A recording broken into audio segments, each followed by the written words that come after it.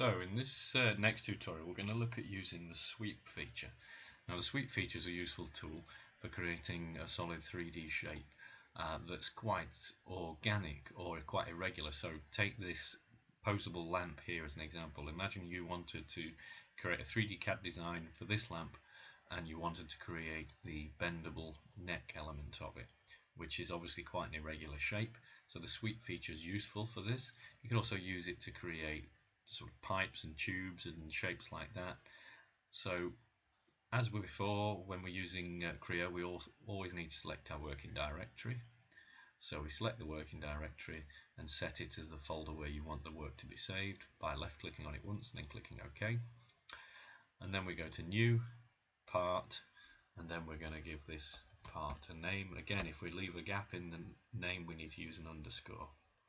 So we're going to call it lamp neck. Click OK. So you can see on our features bar up here that we've got the sweep feature. So if we left click on that to select it, over on this datum button here, what we're first going to do is designate a datum plane, and then we're going to draw a path along which to create that sweep. So if we left click on here and then left click on this little button underneath it with the blue line sweeping through it, now it's asking for placement. So this is asking you to designate which datum plane we want to place that line on along which we're going to sweep this 3D shape. So if I take the front datum plane and then click sketch, now on this datum plane we're going to start from the origin point, and for the sake of this example I'm going to use the spline tool, which is not visible here at the moment, but remember underneath this more button you will find lots of other drawing tools. So if we scroll down we can find, if I move down with the cursor, the spline button here. So I left click on that, and the spline tool just enables you to draw a more free flowing organic shape. So if I move my cursor over to the origin point, left click once, and that will start this spline line.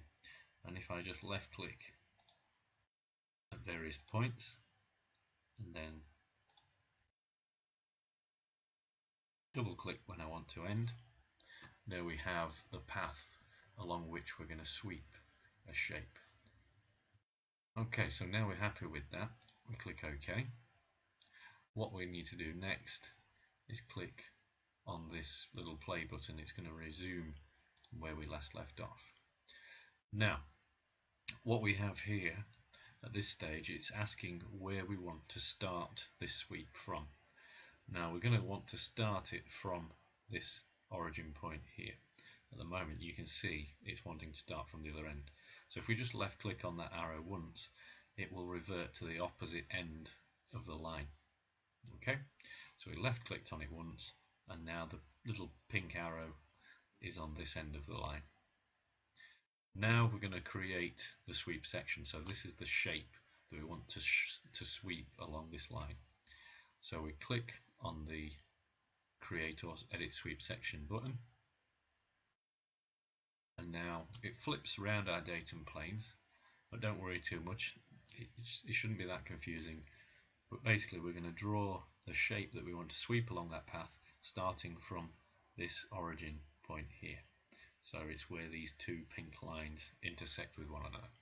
So if I take the circle tool to begin with, and we just use a simple circle shape. So I'm left clicking and then left clicking again to drop my circle. If I middle click, I can obviously enter a specific size. So let's just round that down to 30 millimeters and press return. Okay, so if I middle click and now move my mouse around, you can see I'm rotating these planes so we can see it. So what we've got here is the profile, and this is the line that the sweep is going to follow. So obviously we should end up with this bendy pipe shape or tube shape. So if I click on the green tick, you can see it now has swept along that profile line. We can click on this green tick again and say that we're happy with that. So that's our sweep feature, and that would form quite a nice interesting shape for the posable neck of a desk lamp.